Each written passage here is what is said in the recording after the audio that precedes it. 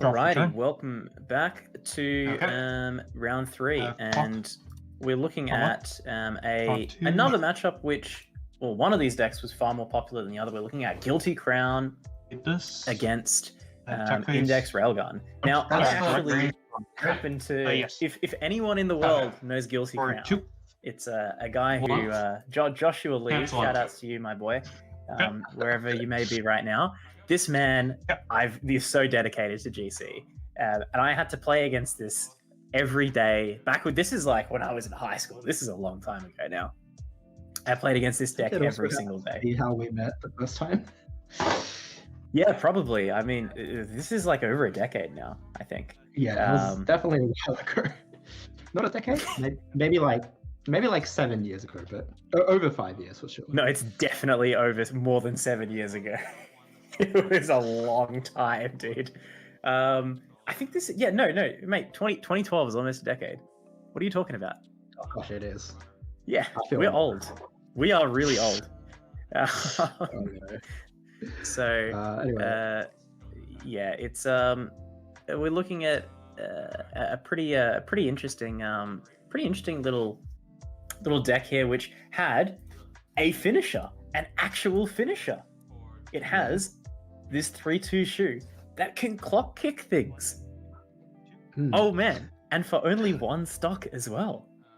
Well, you had to fulfill a few conditions, but yeah. Whatever, it was actually pretty potent for what you had back in the day.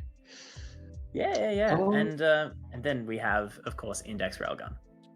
Yeah. So the game's already started here. Very interestingly, T-Man has played a Brainstorm in the front row attack, going first. Which honestly, given the format, it's often sometimes a bit more desirable to just pass your first turn if you don't have a strong attacker. But on the other hand, Cat has not answered that card and instead opted to leave his own runner alive. So this runner is kind of a key card in Railgun. It wasn't restricted in the format that we were playing in, but it definitely was one of the stronger cards in the set, which led to its further restriction. It's actually just a 0/0 2k free run. But you know, back in the day, cards like that were very scarce. This is the only one aside from, I believe, the one in Idolmaster, which does have a drawback on it. This one has no drawback, so it sets it up to be different to the other sets. Yeah, and I mean, Railgun kind of played itself out as a bit of a almost like a Madoka 2.0 in my opinion. Again, playing for these level 1 boards, clock bonding though into 1/1s, and placing down these 7/5 defensive boards and offensive boards as well. Really quite powerful. Now, Guilty Crown on the other hand, kind of a weird deck. You know, it's a strange one. Your level 1 combo is I mean, a 1/1 6k clock on core. I mean, that's you know, that's not something to scoff at. Really big hits, definitely coming out at level 1. We'll be seeing hopefully a lot of stock charging, but look at this huge play coming out of Railgun right now. These 1/1s. Wow. Yeah. That again is another card that is not yet restricted, but will be restricted down the line if you look at the future. It is a 1/1 6k that gains 1/5 if you, which is the character in his back row. And that's actually it. It's just a 1/1 7/5. You know, if this being 2012, you don't have to have handle, or just being big is good enough. You know, how often does your opponent scale over 5 that easily? The answer was not very often. And therefore, it was just really good being able to plot these on the board and have multiple strong lines so easily at level 1. But interestingly enough, we're seeing this Railgun deck played against one of the few decks in the game that can really easily hit over those numbers. Yeah. The level 1 of Guilty Crown can, I mean, just naturally can hit 9,000 with no support whatsoever. Just a little climax combo, the 2k1 gives you an additional stock charge. It becomes a 7k base. You know, the 2,000 takes you to 9. it can get there, and it can get there really, really easily. And in fact, that's kind of the point of the deck, is to come out with those really big hits at level 1, try and maintain that board using your Clock Encore. And I believe this was one of the first times we saw Clock Encore at level 1 on a Climax combo, or just at level 1 at all. I don't remember too much about how many cards were, but it was definitely the most prominent level 1 Clock Encore that was being used at the time. Obviously, it was more effective against cards which don't get this big, but still, it really utilized the 2k1 solo and the fact that it gained 1k well. So yeah, I think it was pretty good for back then, and prominent for sure. Yeah, and now we're seeing that Brainstorm come back down again, and this was a pretty wow! What a great little hit right there. This was a great card because it was a self-tap Brainstorm, and it was a double. Oh, it was a double. Well, right now we're about to see. It's a clock Brainstorm. It's one of these ones that lets you choose any card in your clock, add to hand, place top card of your deck into clock. Of course, he's triggered twice, so we can do it again. And this was Guilty Crown was a set that had a little bit of privilege, came out a little bit later, and had the new 102k counters, which we just saw that blue one get picked up. Of course, this is the split counters, and I don't think they actually print these anymore. If I'm not wrong, you can correct me if I'm wrong. But these are the ones where you didn't have to give the power to the battling card; you could just give them to any one of your characters. Yeah, there's only a handful of those, and they definitely don't get printed anymore. I think the first one is actually in Haruhi. It's Nagato and Shamisen. And then there's one in SAO, one in Psychopass, which no one remembers because who cares about Psychopass? Whoa! I have max rarity Psychopass. Don't hit me with that. I also own Psychopass, but yeah, it's hard to believe anyone cares about that deck. So back to where we were though. So he has 2 global 500s, which also let him, I believe, Surveil at the beginning of his main phase, but right now they're just serving the purpose of pumping his level 1 combo to be able to scale past a counter. I believe the card you're looking for is a Scry. It's not a Surveil. It goes to the bottom of the deck. No, sorry, I just misread. I know the terminology. Yeah, and the 1/0, the little glasses chick, allowing you to pay 1 to give a character plus 2k until end of your opponent's turn. But in the center, the 1/1, really the core of this strategy, coming out with these enormous hits. We're looking at a base 9,000 plus the 2 5ks, 10k on reverse, stock a card, just huge. We're talking about some big numbers here, and it will has the option to pay 1 right now, which is going to do, and clear out that that gate trigger for a further 2,000 power until end of turn, which is going to just be another way to maintain this board state. The free stock off the top for the on reverse, great stuff. Hits the gate, manages to get a little bit of advantage as well. I mean, this is looking like a pretty stable Guilty Crown game. We're looking at moving into level 2. Anything that we should be looking out for coming from the Railgun deck? So Railgun does play quite differently back then to what to right now, but interestingly, he doesn't play a prominent card back then. The 2/1 Kiana. It was a global level support and had a climax combo and gold bag, which wasn't really played all that much. But interestingly, here we don't see our player use this card. So instead, at level 2, what he gains access to is the 2/1 Mikoto change. When it comes into play, you may surveil 1, and at the beginning of your climax phase, you can use the change cost to turn, which is a pretty big key card in this deck. It's limited to 2. As of this tournament's ban list. It's a heal, and on attack, you can pay on discard 1 to gain 2k, and on reverse, burn 1. It's pretty, pretty prominent card back then. I don't think there were very many cards which let you both heal and deal damage, and this was just like the 2-in-1. And yeah, it was so strong they just limited it to 2. That's what we're looking for at level 2 right here. Yeah, and I mean, and that card was on the restricted list for a very long time. If I remember correctly, it was several years, I think. Yeah, I Uh, don't remember the details, but it was on there for a bit longer than you'd expect, given the strength of the card right now. And look at that 102k counter coming out to clean up this 1-1.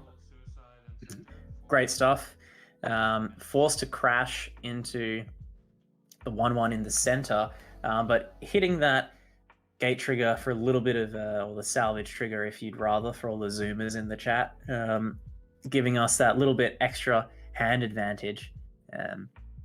We'll see what Railgun decides to go for.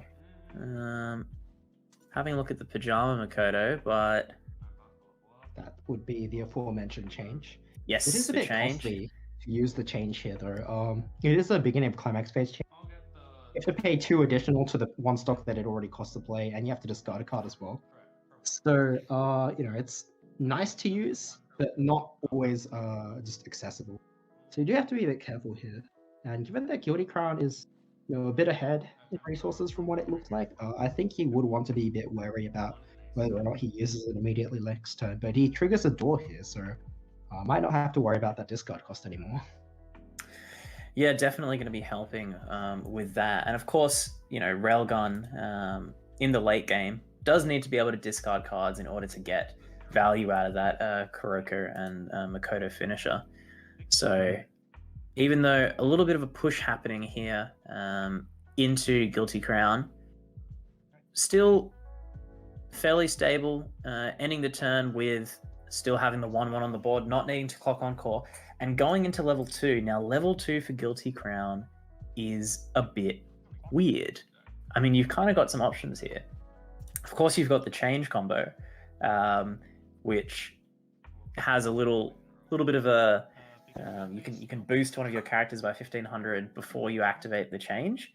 But again, pay 1 to play the card, and then pay 2, ditch another card in order to actually use the change effect.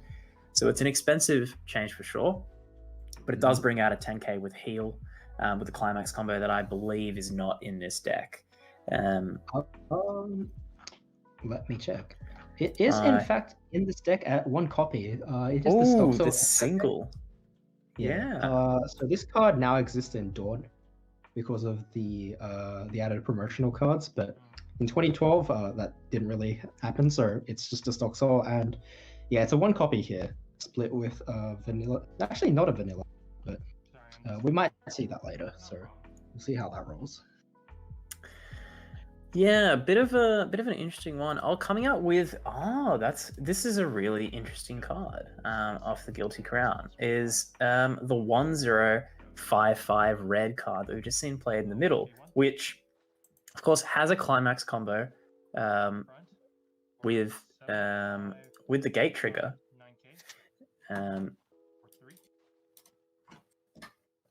And this one is actually it's a salvage combo. You pay 1, you get to salvage.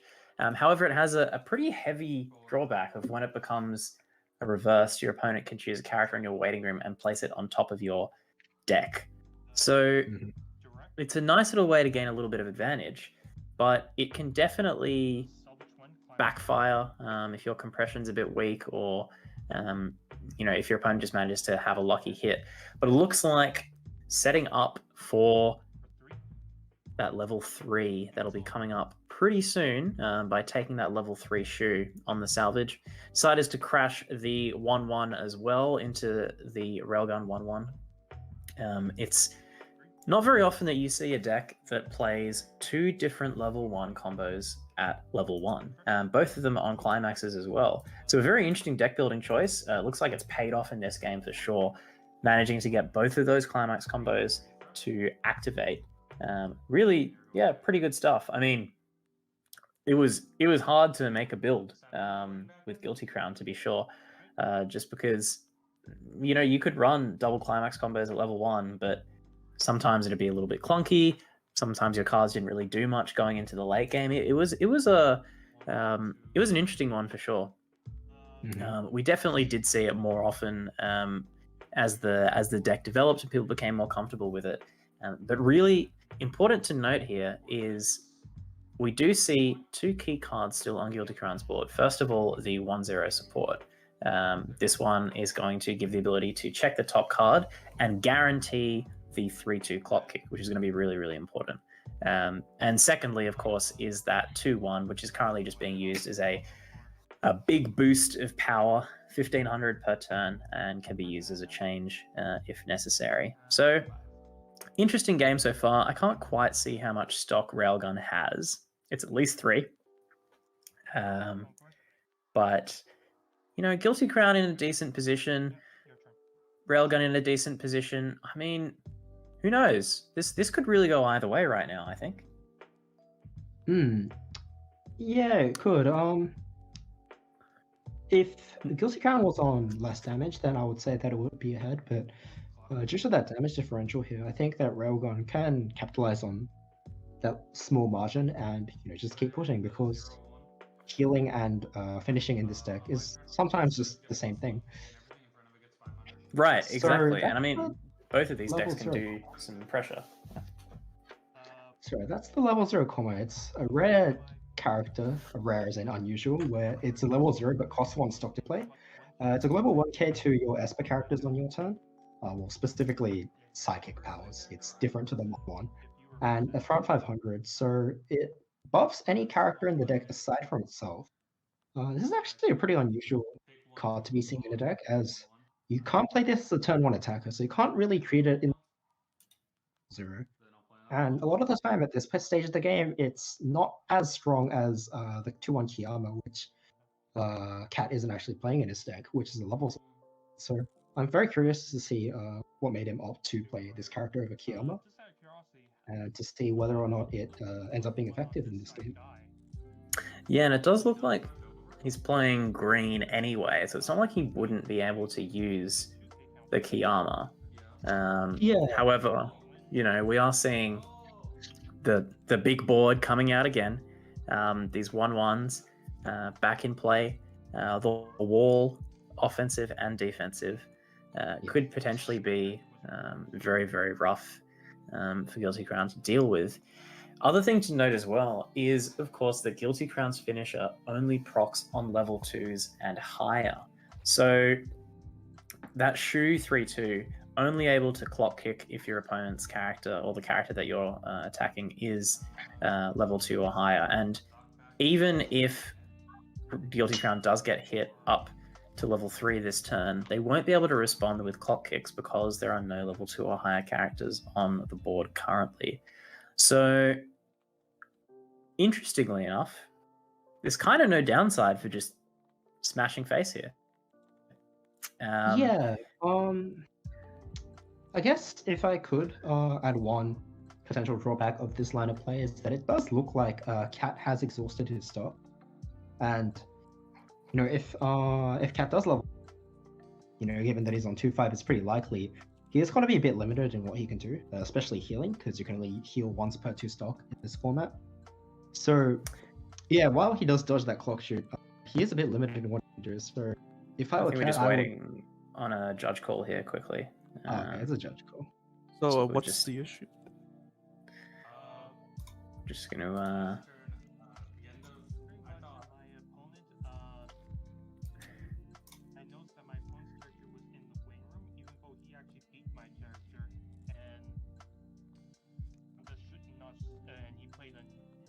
another card of it. What happens because he paid stock and new card from hand? So essentially, one of the powers was a little bit off here, so that's what we're just looking at right now. Mm-hmm. 1 second.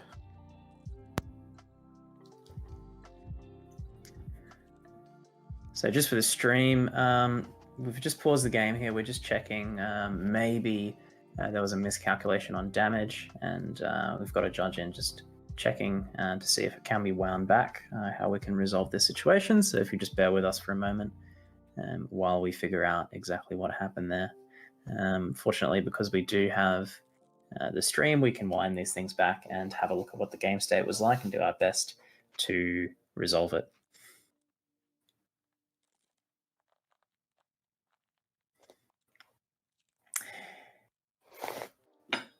in the meantime, look, it's a hard board state to deal with this one right here, no matter what side you're on.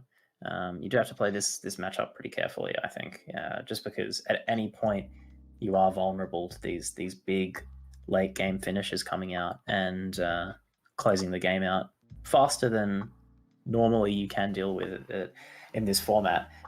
Even though both of these decks are capable of putting out a fair bit of healing, I think both of these decks tend to run 6+ heals. Off the top of my head. Yeah, Railgun typically plays 2 Misakura because that's the most you can play. And I think it fills the rest with Swimsuit, which Cat is playing 3 copies of, which puts the total at 5, but that's not that much less than 6.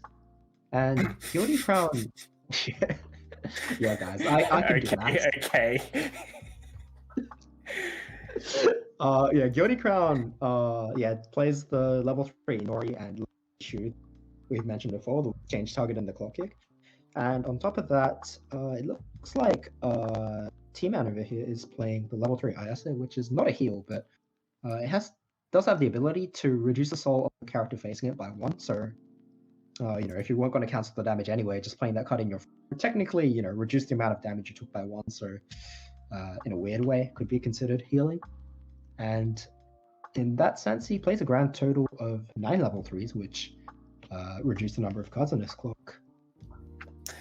Yeah, and that blue 3/2 as well, and Guilty Crown does have that extra ability to pull a character from your opponent's backline into the front line, and then remove it as well. So it's a nice little tech if your opponent has a particularly powerful support that they're using, or some kind of effect that you really want to make sure that they won't have when their turn starts again, or alternatively just getting more value out of your attacks instead of just attacking into an open column, dragging something into there and turning it into a little bit of advantage in some way as well. Most backline things aren't going to be able to deal with a 10k swinging into them, so it does give you a nice little way to not only control your damage by pulling a card in front, but also just remove something off the board. So it's a nice little tech, and I quite like the use of it. Yeah. You can also, against unwary opponents, if they have a level, they outplayed your Shu by triple chumping, you can bring out their 2/1 levels. That's it, exactly. It gives you another way to just pull targets out and make it so that your opponent's board is not quite as safe as they think it is. It can definitely change the game every once in a while. But it is blue, which this deck doesn't run a lot of blue. Usually just the counters, maybe the level support, and maybe a copy or two of the 3/2. Yeah. In this deck, there's additionally the drop search, which interestingly is a double rare in this set. It's a 0025 double rare. And also the level 0, I'm just going to call it a console, but it hits on level 1 or higher cards instead of characters, and on attack gives 500. So I think there's enough blue cards in this deck to somewhat naturally create blue. Seeing as you don't have to make yellow, it's red and green, and whenever you find the opportunity, you'll tuck in blue, and you're kind of set for ISA. So just for the chat, if you're just joining us, we're just waiting on a judge call right now. Do you remember what card was your last stock? It would have been this one because I paid them out and put them straight into here. So,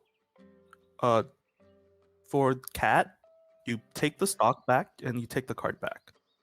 Do you remember what the stock was? If not, we can rewind and check what it was. I believe it was the 2/1.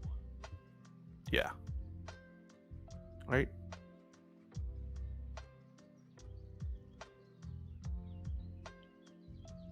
I'll go ahead. Yeah, so go ahead and take it back.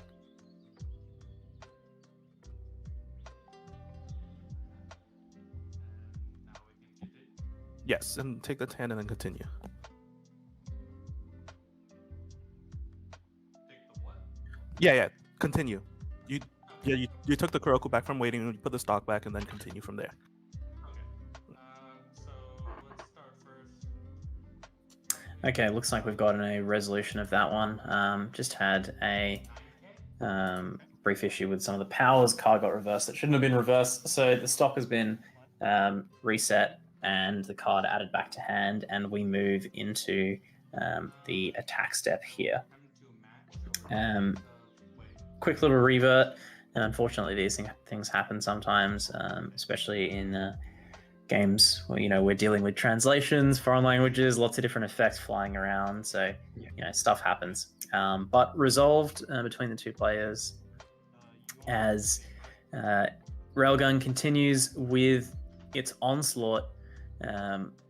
Another big hit coming through, setting the Guilty Crown player up to 2-6. Chose not to swing into the 1-0 and put a free card on top to get a clean damage in, but it doesn't look like it really mattered.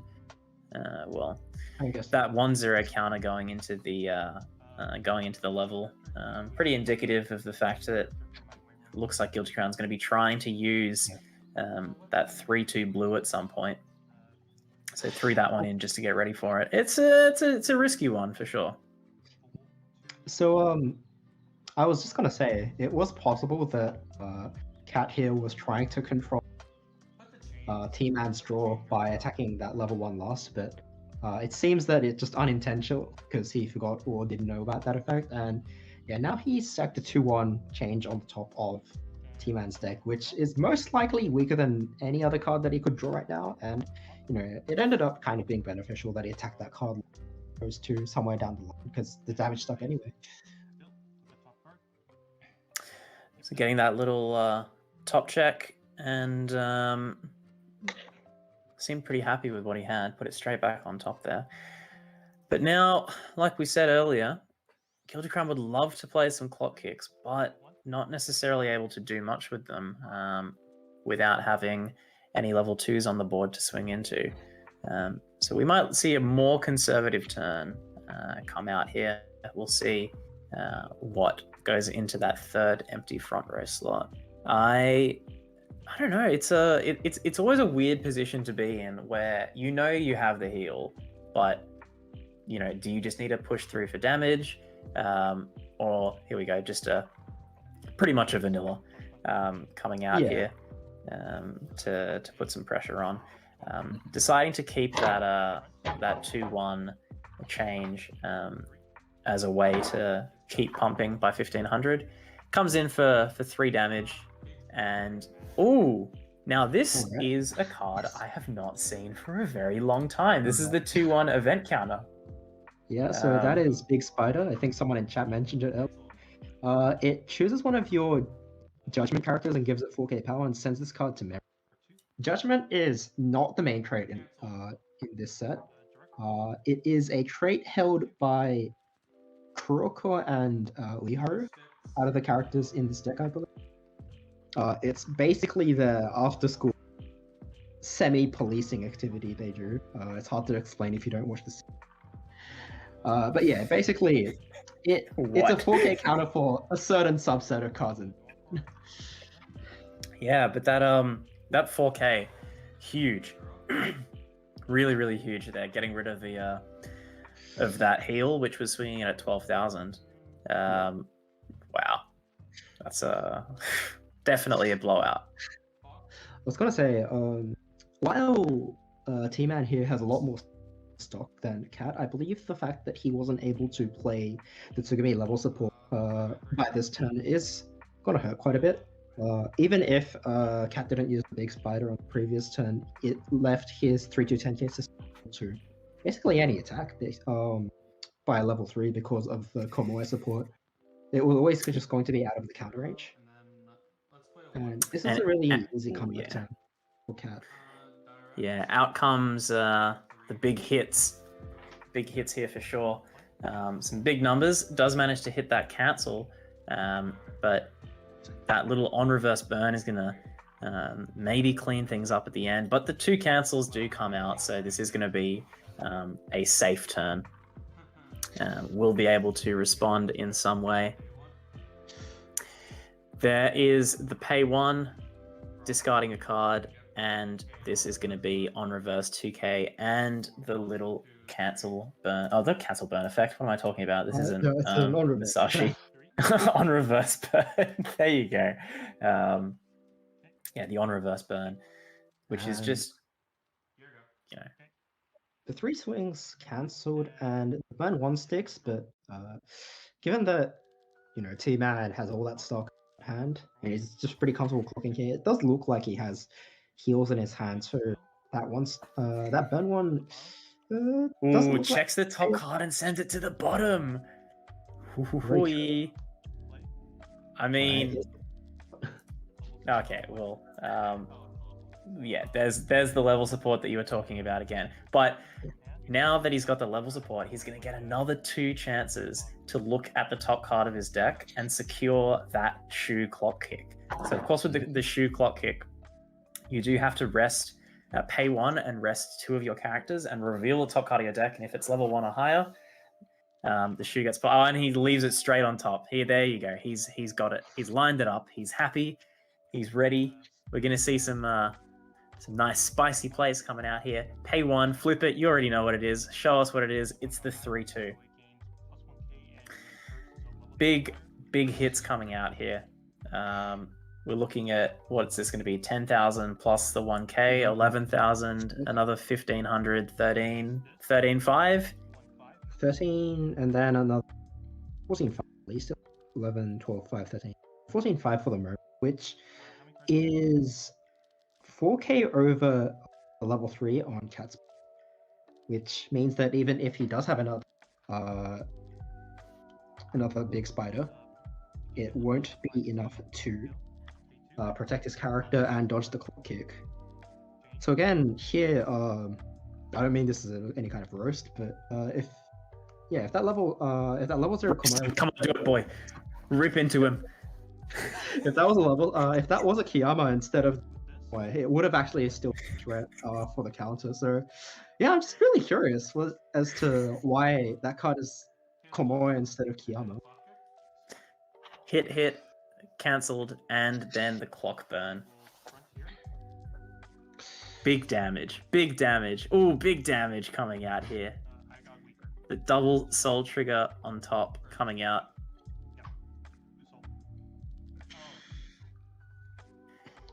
Big damage.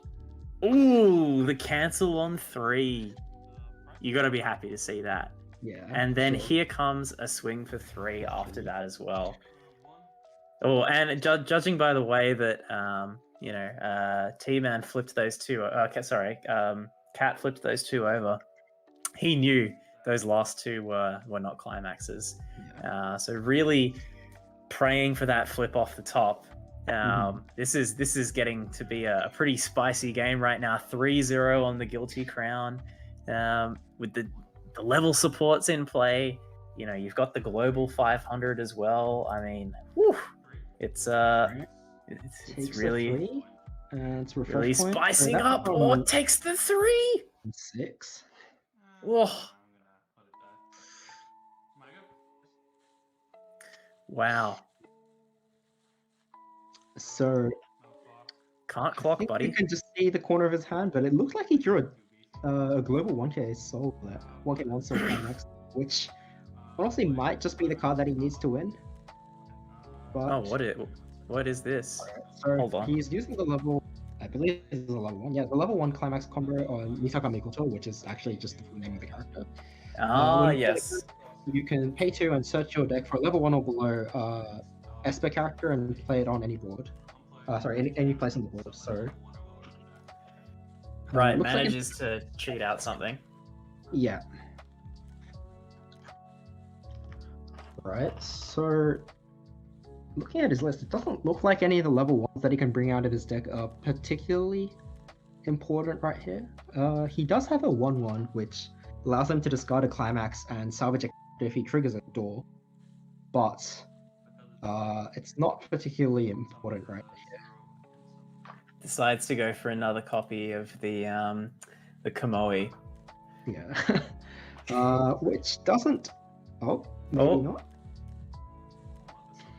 No. He's got better ideas. So I'm going to sidetrack here a little bit, but It actually does. This is a point where it is slightly stronger that he's Kiyama, because this way, if he was playing Kiyama and he jump attacked, he would be susceptible to ISA bringing out his Kiyama from clock it and guaranteeing death. But because combo is not level 2, it can't be clock it even if it gets dragged up. I guess, yeah, it kind of might be helpful not playing Kiyama. I don't think that was the okay.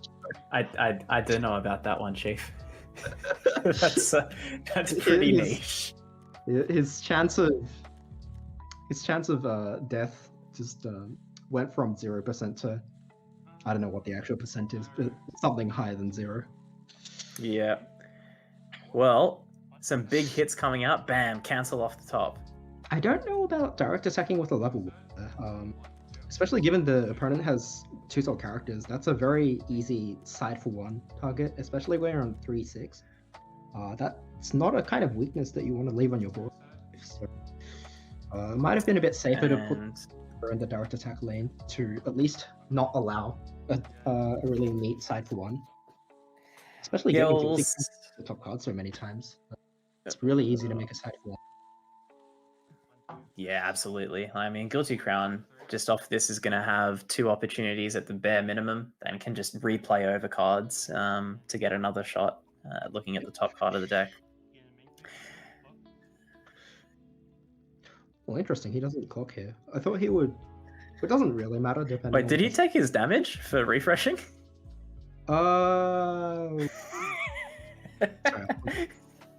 We should just jump in quickly. Yeah. Yeah, I don't think he did. Let's just pull that up real quick. Yeah. I think we can agree what the card is that. We know that he drew the top card. 3-0 took 2 damage. Top card goes into your clock. Yeah. It's just. Let me just ask. Yeah. Well, he hasn't hand shuffled, so if he just puts the card that he drew for turn, which I'm not sure. Yeah. Alrighty, and with that resolved, we are going to move on with this game and get it continuing. For anyone in the chat, is essentially we've just cleaned out the top card of the deck, and it looks like we're just going straight into attacks. Only 1 damage needs to go through here in order to clean the game up. Cancel, and then this 3-2 is going to be. Oh no! The one of the one of trigger, and there we go. Nice close game towards the end with some very hype Guilty Crown plays. We saw a finisher come out from Railgun. We saw the finishers come out from the shoe. Some big damage coming out from both sides, and some nice compression and a little bit of finishing power got us there in the end.